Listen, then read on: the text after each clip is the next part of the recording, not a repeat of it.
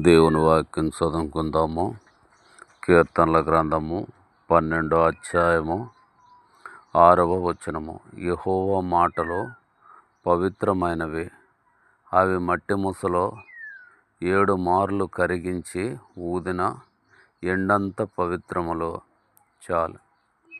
కాబట్టి దేవుడి మాటలు పరిశుద్ధమైనవి, దేవుని మాటలు నీతి కలిగినవి, దేవుని మాటలు న్యాయమైనవి, దేవుని మాటలు ధర్మంతో కూడినవి. దేవుని మాటల్లో అబద్ధము లేదు, దేవుడి మాటల్లో మోసము లేదు, దేవుడి మాటల్లో దగా లేదు, దేవుని మాటల్లో కుట్ర లేదు, దేవుడి మాటల్లో పాపము లేదు.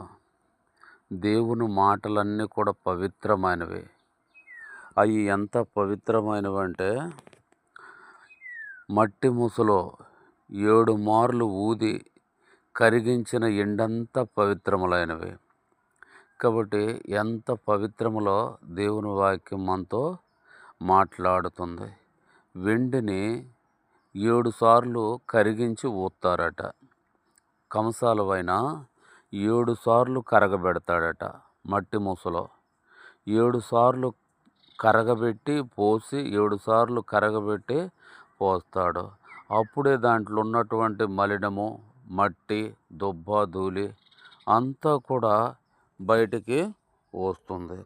దేవుని మాటలు కూడా అంత పవిత్రములు. మట్టి ముసులో కంసాలైన 7 సార్లు కరగబెట్టి ఊదిన ఎండంత పవిత్రములైనవి. కాబట్టి దేవుని మాటలో మనము నమ్మాలి. కాబట్టి దేవుడు అంటాడు, అడిగి తెస్తాను, తడితే తీస్తాను, వెదకితే దొరుకుతానంటాడు. ఏమడిగినా మన ప్రభు ఇస్తాడు.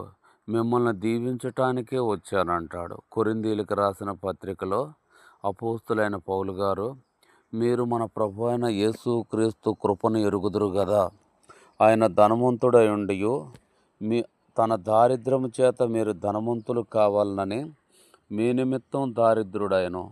ఈ లోకానికి యేసు ప్రభువారు మనకు పరిశుద్ధత, ఆరోగ్యము, బలము, శక్తి, దీర్ఘాయుషు, ఐశ్వర్యం ఇచ్చుటకే వచ్చాడు.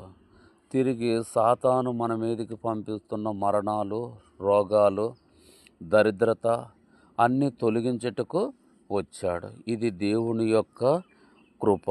కాబట్టి దేవుడి మాటలు నమ్మితే మనం అంతకంతకు దీవించబడతాం. Praise the lord.